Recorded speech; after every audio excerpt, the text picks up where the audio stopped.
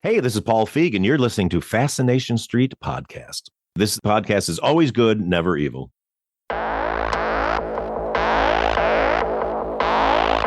I believe that everybody has a story, and I'm fascinated to hear them. So come with me as we take a walk down Fascination Street. Welcome back, Streetwalkers. This is a third appearance. The inimitable Paul Feig joins us for a third time. The first time he was on is when we did the whole get to know you thing and what's his history and how did he get to where he is. So if you didn't catch the first one, go back and check that one out. The second one was also a blast. We talked about a film that he had coming out back then. And this time we have him on to talk about his film, which came out last week on October 19th on Netflix, called The School for Good and Evil. It's the new fantasy film based on the young adult book series of the same name, The School for Good and Evil, written by Soman Chainani, and it is on Netflix right now. It came out last week, October 19th. It is fantastical, star-studded. You are going to love this. I had a chance to watch it with my wife. We both adored this film. The acting is superb. The actors, you're going to freak out when you see all the people that are in this film. The soundtrack is amazing. We do talk a lot about the soundtrack, and we talk about some of the actors that are in this film and where he got them, and we talk about all of that. We also talk about Paul's gin. It is a London dry gin called Artingstall, which is available in various places. You can go to artingstallsgin.com to find out where and if it's anywhere near you. Plus, he has a cocktail book coming out next month, whose genesis was all of the dance and bartending videos he put on Instagram Live during the COVID quarantine. As always, Paul is so much fun to talk to. I can't believe I got to talk to him 3 times on the show. He's a super good dude. You're going to love this film. Again, it's on Netflix right now. It came out last week. It's called The School for Good and Evil. And this is my third conversation with the lovely, talented, and very well-dressed Paul Feig. Yeah, talk to me, yeah.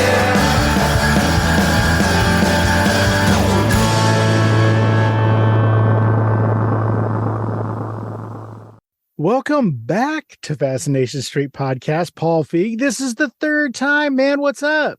3's the charm, Steve. What's up, my friend? That's what it said on my wedding cake. Wait a minute. Wait a minute. Oh, no. What? What are you, Big Lou? Oh, how dare you? I'm just little Steve. No, that's some dumb commercial that they always played on Sirius XM. Some Big Lou. He's on wife number 3. So that's the reference. What a thing to advertise. I'm telling you, I don't. I give up. So, Paul, the first time you were on, we talked about, I don't know, how cool you are and some things, and it was kind of your backstory, and that's where we really got to know Paul. So if you guys didn't catch the first one, go back and check that one out, because we're not going to do that this time. That's right. I'm still cool. Oh, definitely. Oh, God. Cool. So far from cool. You keep telling yourself that. So previously, we talked about your film, A Simple Favor, which my wife and I watch that at least one time every year. We love that movie so much. We own it. Obviously, I own the soundtrack on vinyl. Oh, nice. That was a good one. Yeah. Well, even better than that, I mailed it to you, and you autographed it. Yes. And you drew a martini on it. Yes. Do you remember this part? Oh, yes. Because it didn't look like a martini, let's just say. So it didn't look like a twist inside the martini. So you went ahead and explained. It's not a turd. That's a twist. It's not a turd. I love it. I love it. So we love that movie. It is one of our favorite movies. No bullshit. It is amazing. And then I think the last time you were on, we talked about your follow-up to that, which was called Last Christmas, which took a long time to get made because some things happened and some people died and music rights and blah, blah, blah. Yeah, but it did happen. That movie, we invite people over to watch that movie. Really? We love it, dude. You make great movies. Oh, thank you, Steve. I took a lot of heat from the critics on that one. So I'm a little like flinchy when somebody brings it up. I'm like, oh, are they going to be mean to me? It's like, oh, because I love it. I'm very proud of it. But, you know. What is there to, I don't even care. Like, I can't. I give up. I'm tired of trying to figure out why people hate stuff. You didn't set out to make a Western. No. You didn't set out to make an Academy Award winning film, I don't think. No, definitely not. it did what it set out to do. I can't imagine Yeah. anybody going into that movie with higher expectations than it was. It was fantastic. We love it. Yeah, it's sweet. Thank you, Steve. You've made my day. You are welcome. So when I told my wife that you had this new film coming out called The School for Good and Evil, Mm-hmm. and I said, hey, sweetheart, do you want to sneak peek and watch it with me real quick? And she said, I will watch anything Paul Feig does for the rest of my life. Oh, He's never made anything that I didn't enjoy. oh, that's so sweet. So we really enjoyed it. Oh, good. Phew.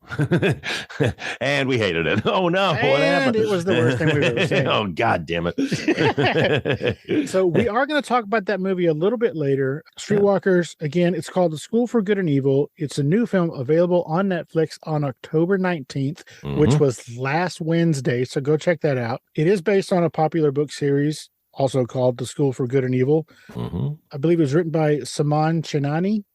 Correct. I hope I said that right. Yeah. It's a young adult series for, I'm guessing, the same basic age group as the Hunger Games and the Percy Jackson movies, that kind of a thing. Yeah. Yeah. YA, it's called. YA, thank you. Young adult. Young adult. So we're going to talk about that a little bit later, and we're going to have so many questions about that movie, that film. Yeah, please. How dare you? But first, That flick. oh, I see what you did there. Yeah. But first, how was your COVID, buddy? COVID. Oh, it's great. It's funny if you didn't get it for like 2 years and you're like, I'm one of these people that's never going to get it. Then you get it. And it's like, oh man, shoot. But I was at a wedding that it's one of these things where as you're at something, you're going like, I think I'm going to get COVID tonight. Like, you know, after 2 years of staying away from people and masking and just being really good about trying not to breathe in around all this, then you're in a really tight quarters and you're talking to a bunch of people and you literally feel their breath on the back of your throat. And you're like, okay, well, this is not going to work. Or to me, it was almost like, well, let's see, this is the ultimate test. If I get through this, then I'm completely immune to COVID. But then I got it. It was 4 really terrible days. But then you go like, oh, at least I've got antibodies, I assume. So, and I can say I did it. Well, that was a fantastic answer. But what I really meant was, how was your COVID quarantine time? Oh, that. That's not half as exciting as my actually getting it. I disagree, because during COVID, you did like dance videos and bartending videos all on Instagram Live. Yes. Why'd you do that? What inspired that? It was my public service, if you will. No, because, you know, we were shooting my show, Welcome to Flatch. We were actually shooting the pilot for Welcome to Flatch in Wilmington, North Carolina. The shows were shutting down left and right, obviously, because they should be. And we were the last show that was still up and running. There was one other one in Wilmington, and they shut down the morning that we started shooting our show. And so I was like, should we be doing this? There was, oh, it was fine. And, you know, we were outside shooting a lot of stuff. But then like halfway through the day, we had a scene in a little tiny room. And I freaked out and I was just like, oh, we got to shut down. So we shut down, flew back to LA, and remember going like, okay, well, we're going to be down for a while. I mean, at the time you thought, is it 2 weeks, months? I don't know what it is. But it's like, well, I want to help out somehow, but I'm not a medical professional. I can't, you know, offer medical advice. But what I can do is try to help entertain people, because that's what I do, you know, and I can try to raise money for first responders and, you know, whatever money was needed at that time. And so I always have collected old cocktail books and have a gin that I've been making that we can talk about later. Oh, we're definitely going to talk about that. Nice. But yeah, so I have my gin, and I was just like, well, maybe I'll just like start making cocktails. I'll get up, pull out these books. It started with, I'm going to show people how to make a martini. And I was like, I can show people, you know, how to make drinks.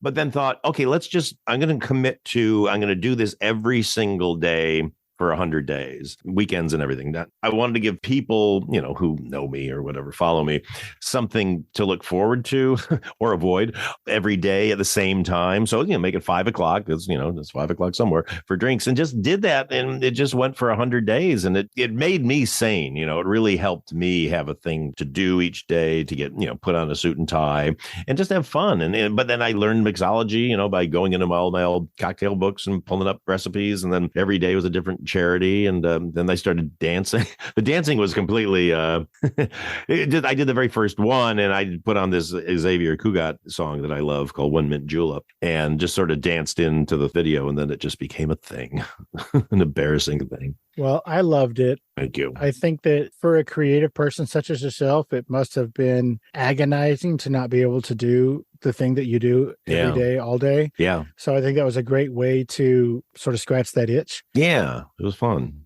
And for all of us who are used to going and seeing things or doing things or interacting with people, I think was a fun way for us to also get to scratch, our own itch in watching those things. Plus, we got to learn some things. Yeah, you got to learn what a lush I am is what you got to learn. And what a bad dancer. Well, that's it. There you go. Do you have a favorite of all of those cocktails that you made on those videos? Well, I'm a martini man. Is there a specific martini? And I'm asking for a reason. Well, the Duke's martini. Wrong. Incorrect. Uh-oh. You're wrong. That's not your favorite one. No, my favorite is just an Artingstall's martini, up dry with a twist. Very dry. That's a close second. Uh-oh. Here you go. Are you ready? Yeah, I'm ready. Paul Feig's Quarantini. Oh, yes. The Quarantini. Yes. So everybody listening, that is 3 ounces of a London dry gin, preferably Artingstall's. Thank you. 1 ounce of dry cold sake, Mhm. 1 ounce of Cointreau, a dash of orange bitters, an orange peel twist to garnish. Blah, blah, blah. Shake all the things, brush the lip with the thing, and enjoy responsibly. Yep. You're here. Thank you. You are welcome. As soon as I saw that, I just kept watching the video over and over again so I could write down the recipe. Oh, nice. Well, I have a cocktail book coming out next month, so it's in there. You would be a fool if you didn't, and I am super excited about that. Thank you. Where is it coming out? Everywhere? Everywhere, yeah. On November 15th, coming from William Morrow and the good folks over there. And I'm really proud of it. It's a fun book. It's all the recipes from the show, and a lot of them, they're a lot. I created about, I think, 20 original drinks myself, but then I also got recipes of friends of mine, famous friends of mine, like Charlize Theron and Kerry Washington and Jenna Fisher. And I don't know who any of these people are. yeah, exactly. Michelle Yeoh gave me their favorite recipes, so those are in there too. And then lots of advice on how to throw cocktail parties. It's my guide to coming out of the pandemic. We're not officially out of it, but we're crawling out of it. The president says we're out of it. Well, there you go. So, I'm with, look, I live in London now where you don't see a mask to save your life. So they act like it's completely gone, whether it is or not. When the Spanish flu went away, 100 years ago or whatever, that's what spawned the Roaring 20s. Like people came out and just went nuts with parties. So I'm like big on like cocktail parties. So it's all about how to do that. And then lots of really stupid, embarrassing stories from my life. Love it. With the drinks, yes. Barbara Sinatra, Frank's fourth and final wife, released a book of similar tone. It's recipes and entertaining and stories and things like that. Oh. I have it. Nice. It's quite entertaining, but not half as entertaining as I'm sure your book will be. What's it called? Thank you. It's called Cocktail Time, The Ultimate Guide to Grown-Up Fun. Oh my God, I can't wait. And that comes out in November next month? November 15th, yeah. Perfect Christmas gift. It is a perfect Christmas gift. For the boozer in your life. After COVID quarantine, everybody's a boozer. We're all boozers now, I'm telling you. Is it going to be available like an actual hardcover, like a real actual Dead Tree book? Oh, yeah. Oh, it's beautiful. I mean, it's filled with pictures of me making cocktails at Duke's Bar in London, at Claridge's Bar, the Fumar Bar at Claridge's, Mark's Club there, and then at the Polo Bar here in New York, and also at Il Tonello, my favorite Italian restaurant in New York. So all kinds of pictures of me. Check you making out. drinks. I know. Look at that. If I could guess, I'm going to say that this book is nicely appointed and very detailed, probably some, maybe even some gilding going on there. And I'm only saying this because A, I've seen how you dress. Mm-hmm. I know your jam, your aesthetic, but mostly because of, and let's talk about it, Artingstall's gin. Yes. London dry gin. Artingstall. Yes. The last time we talked, I think it had just come out, like just barely. It was barely available anywhere. Yeah.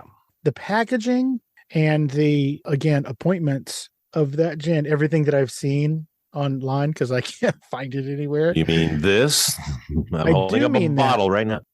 It comes in a gorgeous box and there's all these things. Why do you make it so pretty? Like if I were to get that bottle and I drank it all, I can't throw that bottle away. That's gorgeous. Yeah, that is the downside. Like literally, my house is filled with a gazillion empty Artingstall's bottles now because you take really that part out. Yeah, I know. Yeah. No, leave it in. No, because it's my favorite thing to drink. And when people come over, I pour it for them. But it's really hard to throw it into the recycling bin because it is so nice. So, I give the bottles away to people and stuff like that.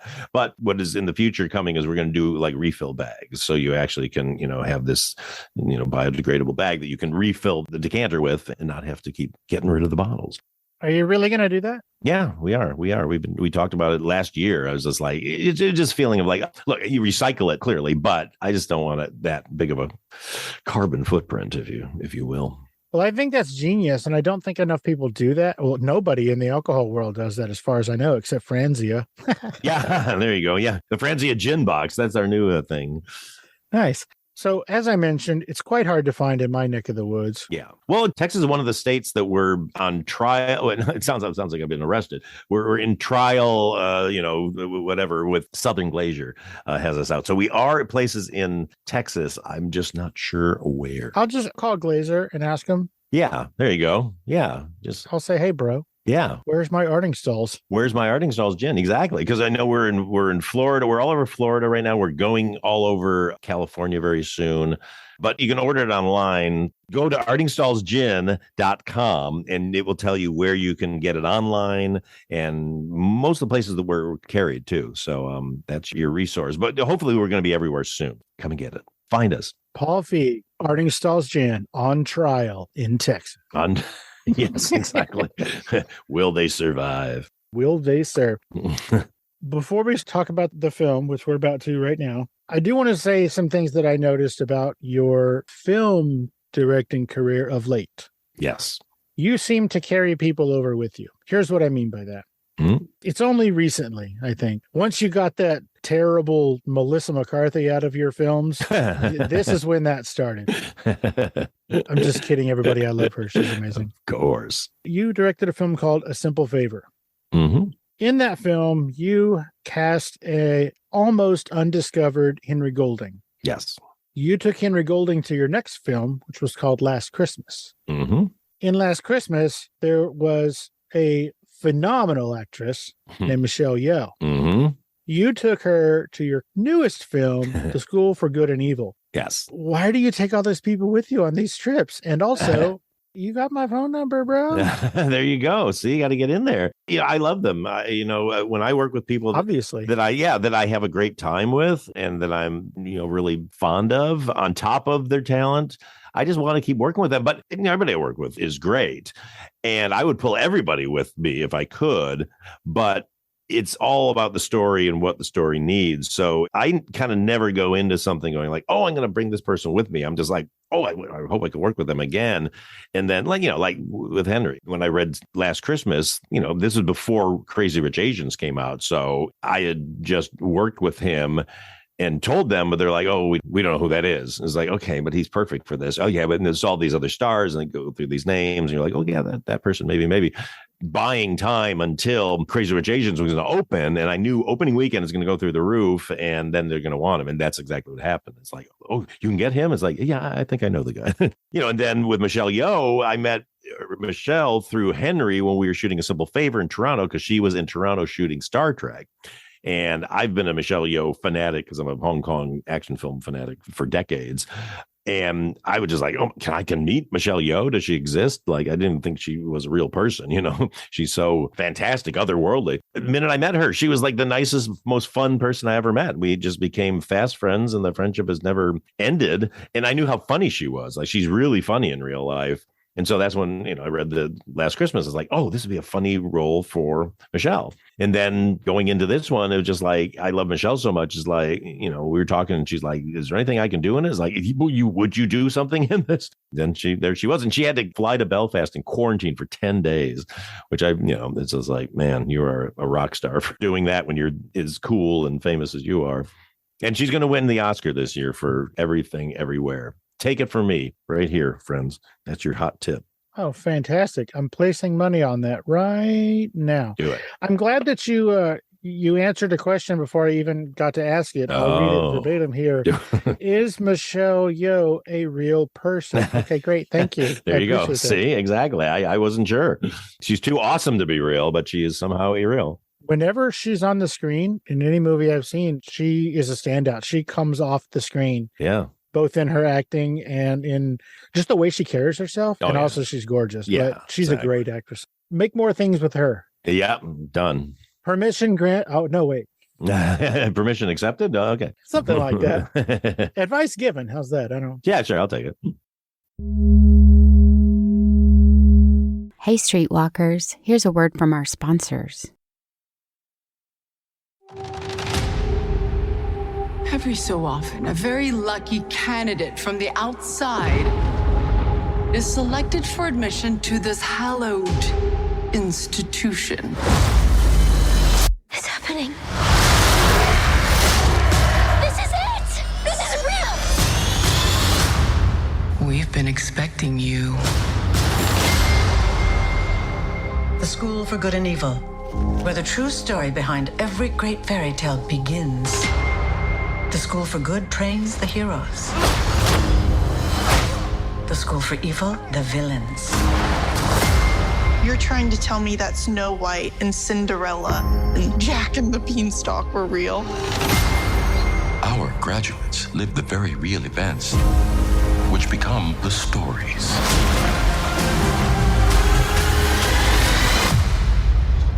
That change the world.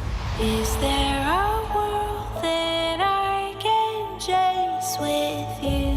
This is all I've ever wanted, Aggie. I can't settle for an ordinary life. Not as it seems, the universe we knew. But we don't belong here. Oh dear. You must be lost. That is an understatement.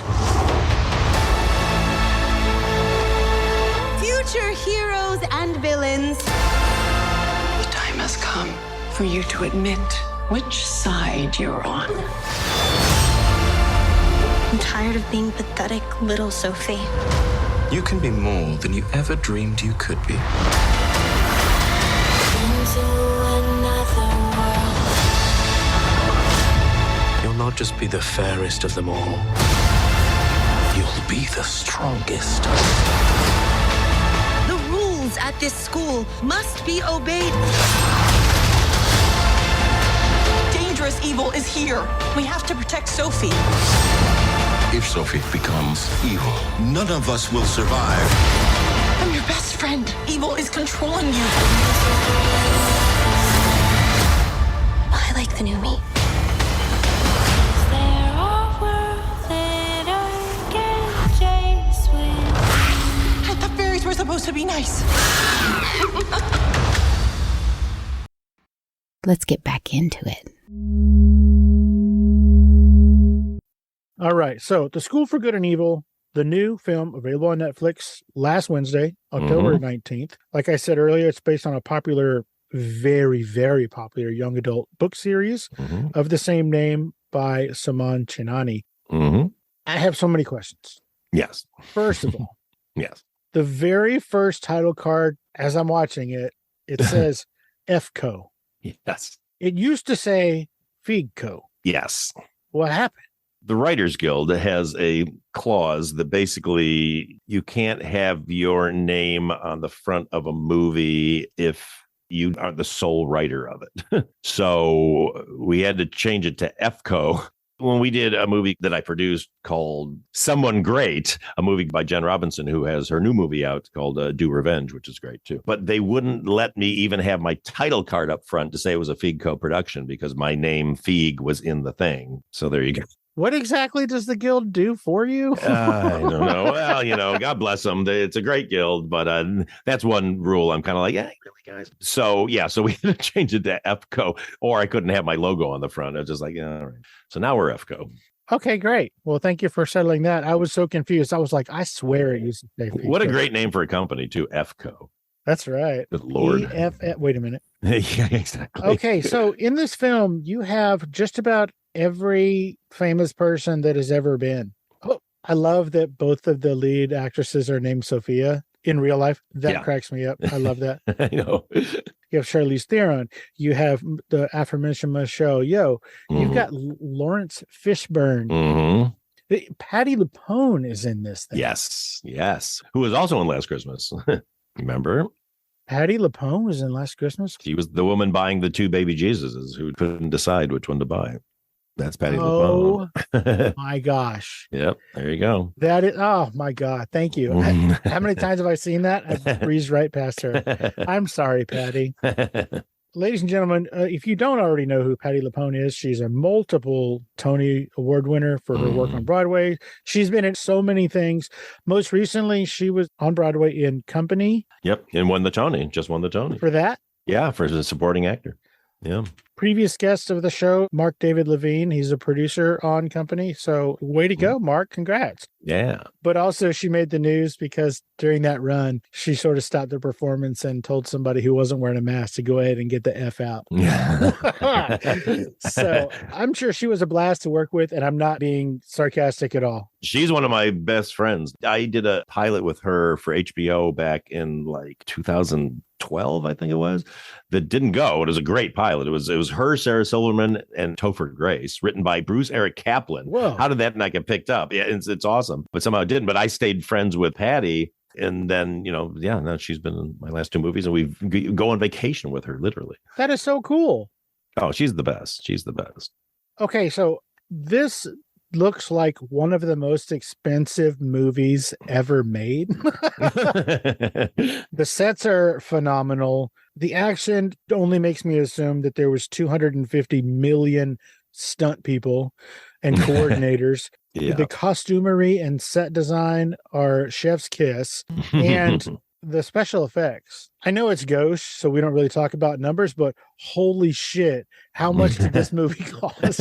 I don't know if I'm don't. I'm not sure if I'm allowed to say or not, but it's not as much as you think it would cost, but it's right around the most expensive movie I've ever made. What's the most expensive? Ghostbusters? Yeah, I think they're tied. I will dare say.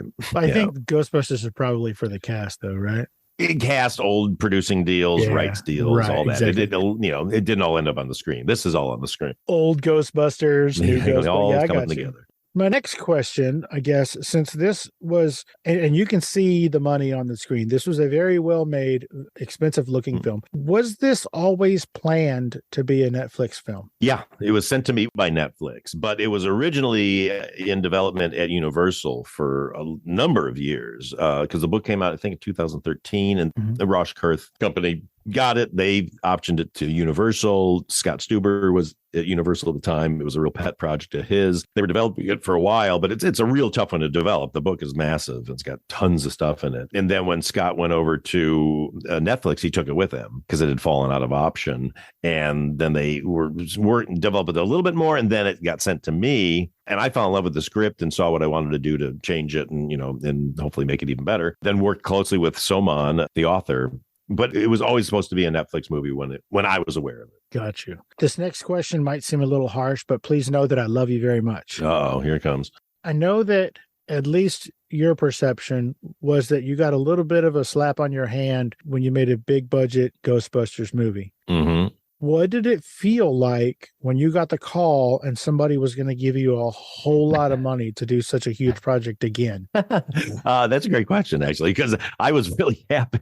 Look, I love making Simple Favor and Last Christmas, but, they're smaller movies production wise. And the year right before I took this one on, I was going like, I really miss working with artists and designers and costumers and making big things. Like that was just so much fun to have like conceptual art and stuff like that. And so I was like, I wonder if anybody would ever let me make one. But I was like, I don't know, maybe Ghostbusters soured people on that. So yeah, when this came in, my producing partner, Laura Fisher, came in with it. And she's like, is that Netflix since it's over? They want you to do it. And she was a fantasy movie. I'm like, I don't know, fantasy, that's not quite my genre. And she was like, yeah, but just read it. And so I read it. It was like, oh my God, I loved it. I loved the story of these 2 young women and just what it said about good and evil and all that stuff. So then it was like, oh man, so wait, this actually can be the one I've been looking for, because even beyond Ghostbusters, where you're building new stuff, I get to build a whole new world from the ground up. And that was just like my head exploded of like, oh my God, they'll let me do it. So, oh yeah, I was on it, man. Now, you did say just now that fantasy wasn't really your genre. But I seem to remember in a previous episode of Fascination Street podcast, you said that you like to try out different genres just to see if you can. Totally. Oh, yeah. I'm trying to work my way through every genre in moviedom.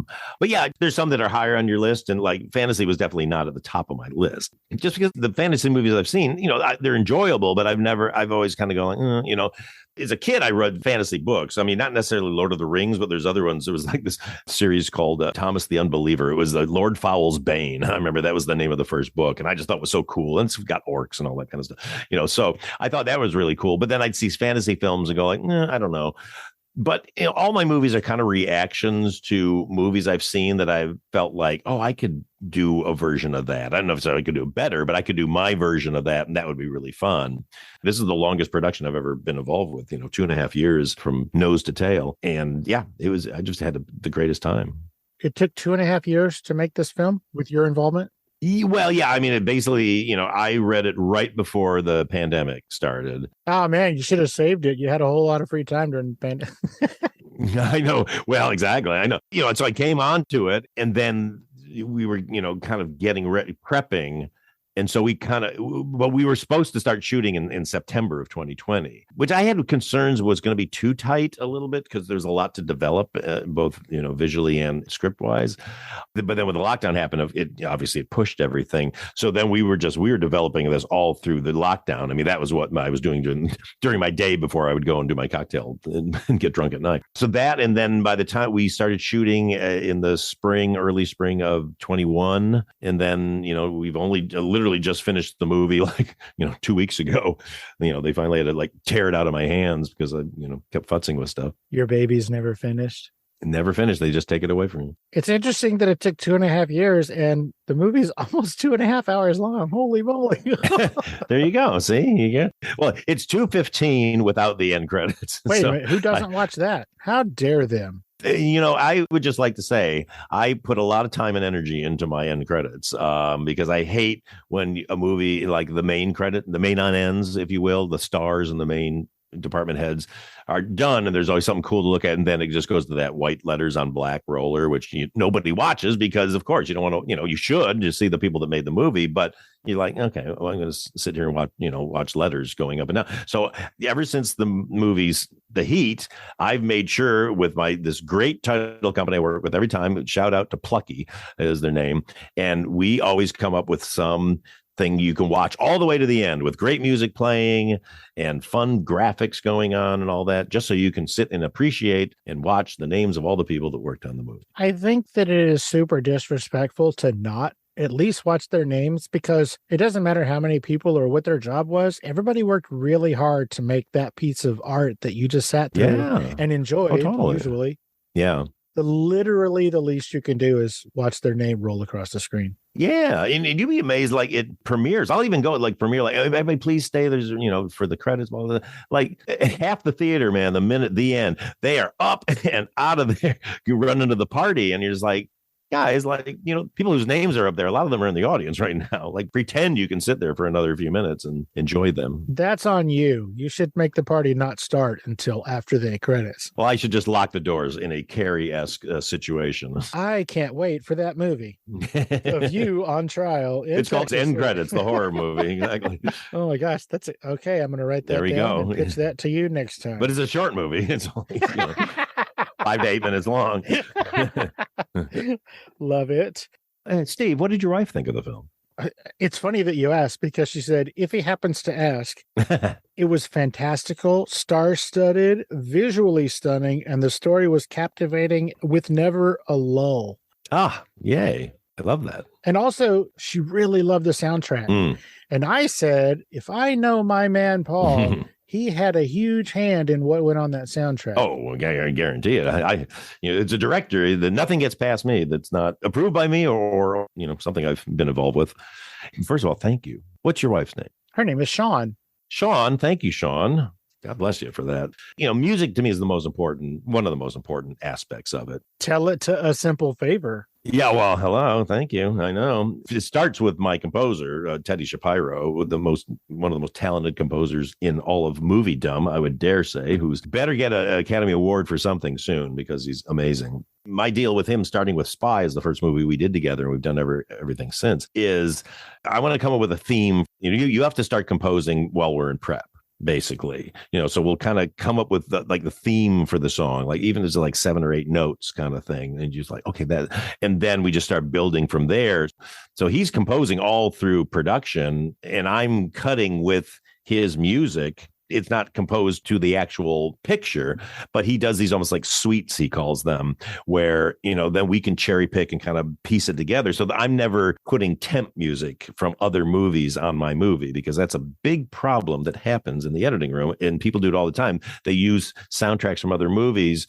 So then by the time you bring a composer on, you're so in love with all the other temp music that's, as a director, it's impossible to kind of hear past that. And half the time you're like, can we just license that? It's like, no, you don't want to move somebody else's soundtrack.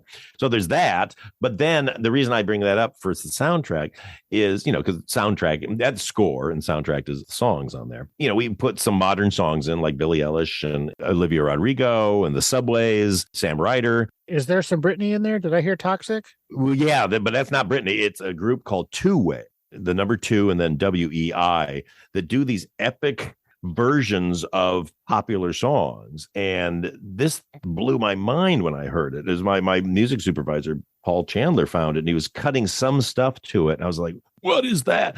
And it was going to be a little bit of that big battle scene we have at the end. And then it's just like, make it the whole thing. And I'm so proud of that, because it just works so well. That's one of those moments you go like, oh my God, like picture and soundtrack just kind of come together in unity.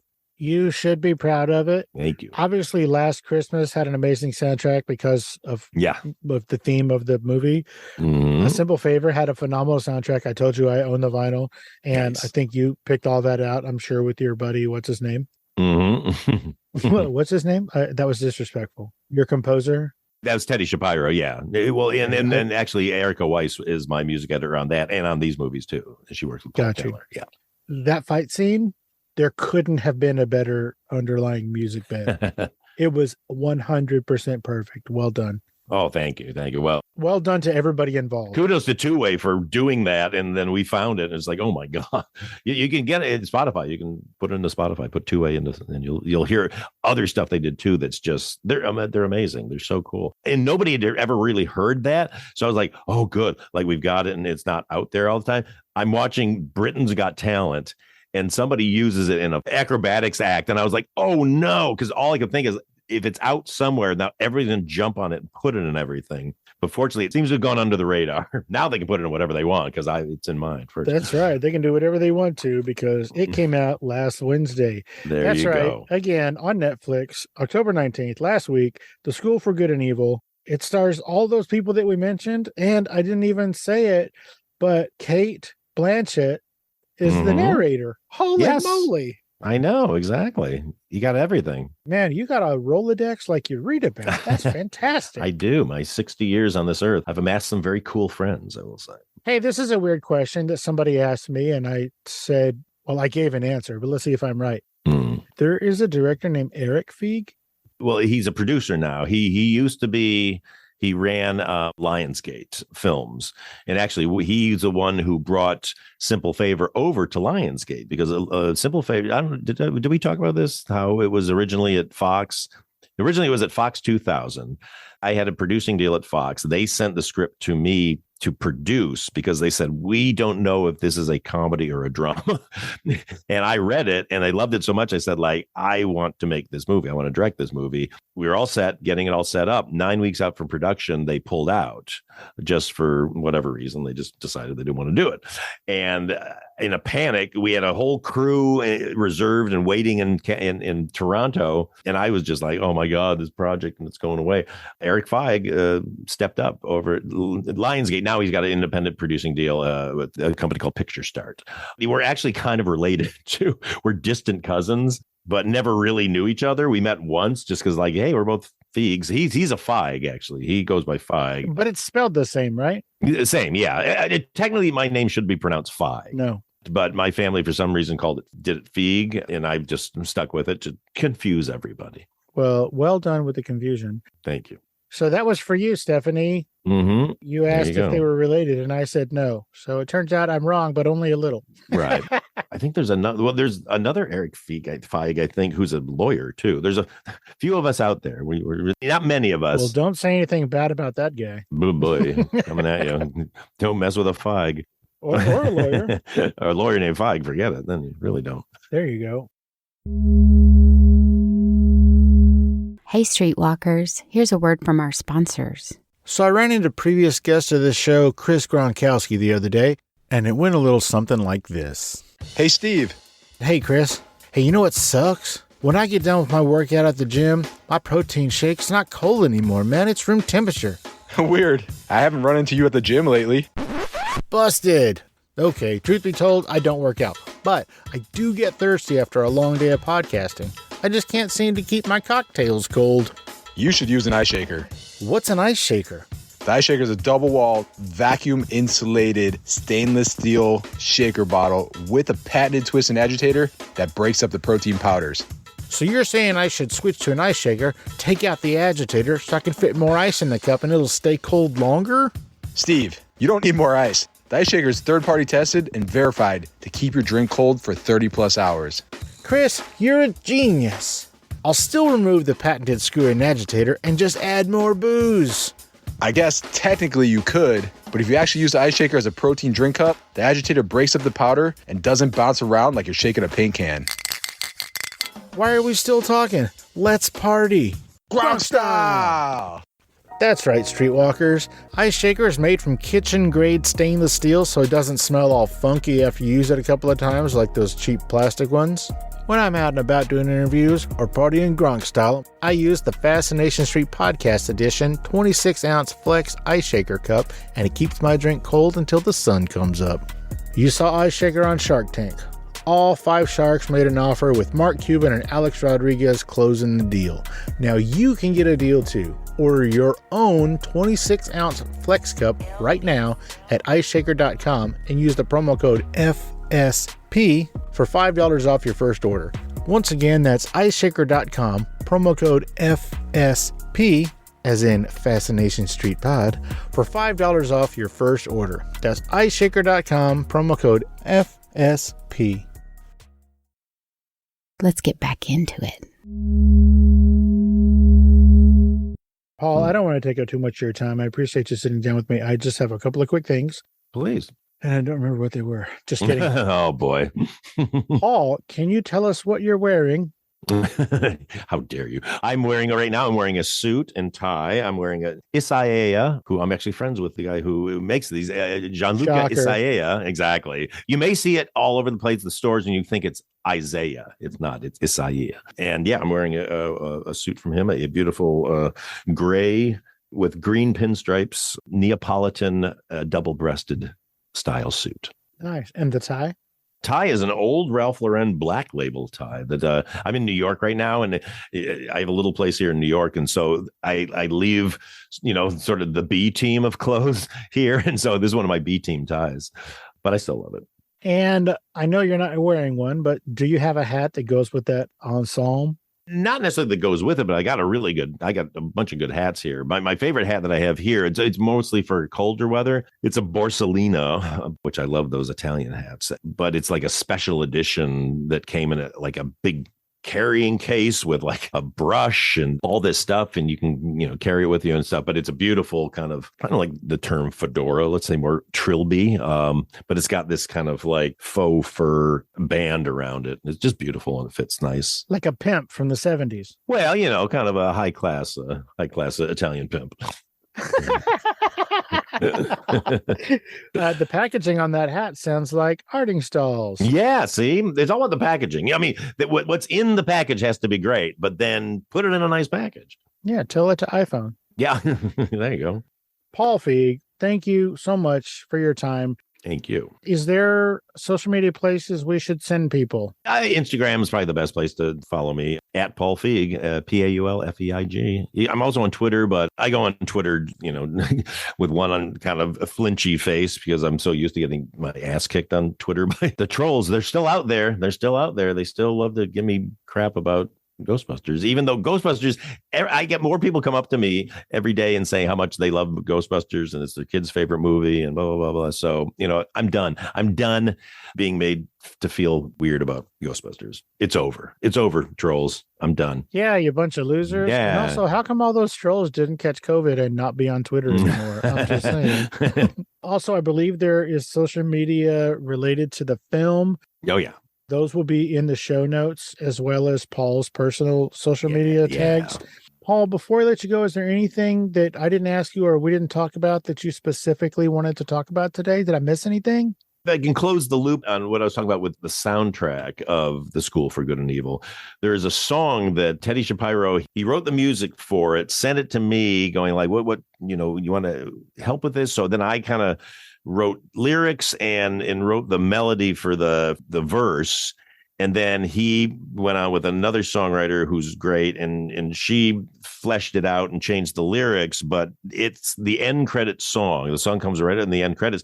And we loved it so much that actually when you listen to the movie, a lot of the score is based on that song. So I just think it's really, and actually it's out now. We've released it. There's a music video out for it. The two singers on it are Kiana Lide and Cautious Clay. And it's one of my favorite things I've ever been involved with. The other song that I'm so proud of that I was involved with was the song from Spy, Who Do You Trust, which should have gotten nominated for an Oscar. And I didn't write that song. That was Teddy Shapiro wrote that.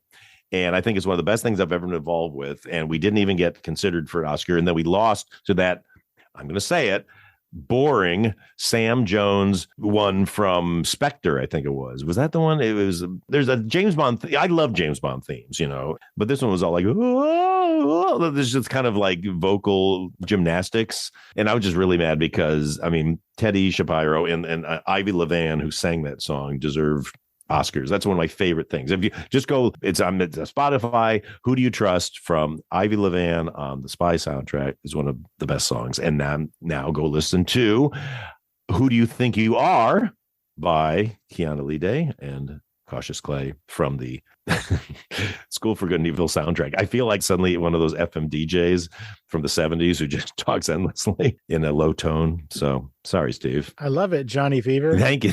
Hey, everybody. Hey, there we are. I'm doing more of the FM, the end of the dial guy. Hey. Did I ruin your show? I just think I just ruined your show, Steve. I appreciate that. Brother. You can cut all that. You can cut all that out if you want. This is going to be a short show. Yeah. So, Paul, I know I said we were done, but I want to go back real quick. I named every famous I named a bunch of famous people that were in this film, but I did not name both of the Sophias. Would you please tell me their names? Yes. Sophia Anne Caruso plays Sophie in the movie.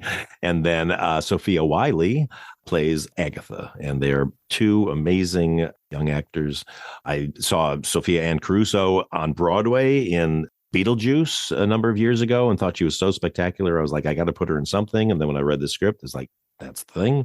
And then Sofia Wylie is currently one of the stars of High School Musical, the TV series, and is amazing. And you can also follow her on TikTok, where she's got 6 million followers and she does dance videos, and she is hugely talented. Both of those ladies did such a great job. I wanted to make sure I didn't miss giving them shouts out. Yeah, sure. Why not? And then also, who is the kid? I guess you went back to 1986 and you got Donny Osmond. Oh, Jamie Flatters. Do you got a Donny thing going? Is he Prince Charming's kid or whatever? Oh, no. I'm sorry. Lancelot's kid. Tedros. Yeah. He's Tedros. Yeah. Yeah. That kid looks like young Donny Osmond. Really? Wow. Especially when he's wearing with his epaulets and all that. Oh, yeah. I was like, oh my God, that really is Donny Osmond. I hope that he understands what a compliment that is. I was going to say, let's let me find out from him whether he's insulted or not. And I love Donny. Everybody loves Donny.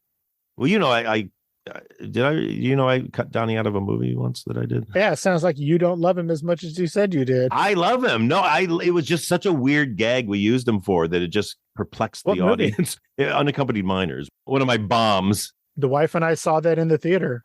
Oh, God bless you. God bless you. You're one of the few, trust me, because I know the box office receipts on that. No, it was, if you saw it, it was basically, you remember Jessica Harper is in the movie, is the kind of the overbearing flight attendant who sides with the weird girl that our hero girl has to stay with. This whole thing of kind of running thing that Jessica Harper's character was looking for like a pilot or, to entrap or, seduce. And so we had this gag at the very end with everybody's having a good time. And we cut over to Jessica Harper's hanging on Donny Osmond dressed as a pilot. And then the little girl is on the other side of him, like hugging him. And they're like, oh, I forget what the line was. Something like, oh, Captain Osmond, you're so wonderful or something. And he just looks at the camera like, oh, my God, what's happening? He was so sweet to come out because we were shooting in Salt Lake City. And it was just like, hey, Donnie wants to know if there's anything you do. And then but it just the test audiences were like, wait, why is Donny Osmond and what's happening? And so I felt horrible that I had to cut that out. So, Donnie, if you're listening, I love you, man. He is. He's a faithful. I have no idea. Paul Feig, 3 times, my brother. Thank you again. There we go. So much for taking the time out of your busy and good and evil filled schedule to hang out and let us get to know you even more on Fascination Street, man. I really, really appreciate it. Well, thank you. This podcast is always good, never evil. Love that you said that. Thanks, man. That was awesome. You bet. I appreciate you. I always appreciate you. If there's ever anything I can do for you, I mean that with every fiber of my being. Reach out. You have all my stuff. I will do whatever I can for you, except act. I can't do that. I could have been one of those dog face fools, though. Oh, yeah. We can put you in that big dog suit. Exactly. Big wolf suit. Those are real. Thank you so much, Paul. You have a great, great rest of your week. And go break both of your legs on this film, dude. It's going to do gangbusters. Thank you. Oh, fingers crossed. Fingers crossed. I can't wait to see all the media that I'm going to tag onto, and let's get this thing going. Oh, man. Thanks. I hope to God people watch it because you just don't know. But I'm proud of it. They're going to love it. It's going to be the talk of the town. There you go. Excellent. Thank you, Steve. Thanks, Paul. Talk to you later and Bye-bye. say hi to Sean. Yeah. Cheers. Oh, you're so sweet. Thank you. Bye-bye. Bye.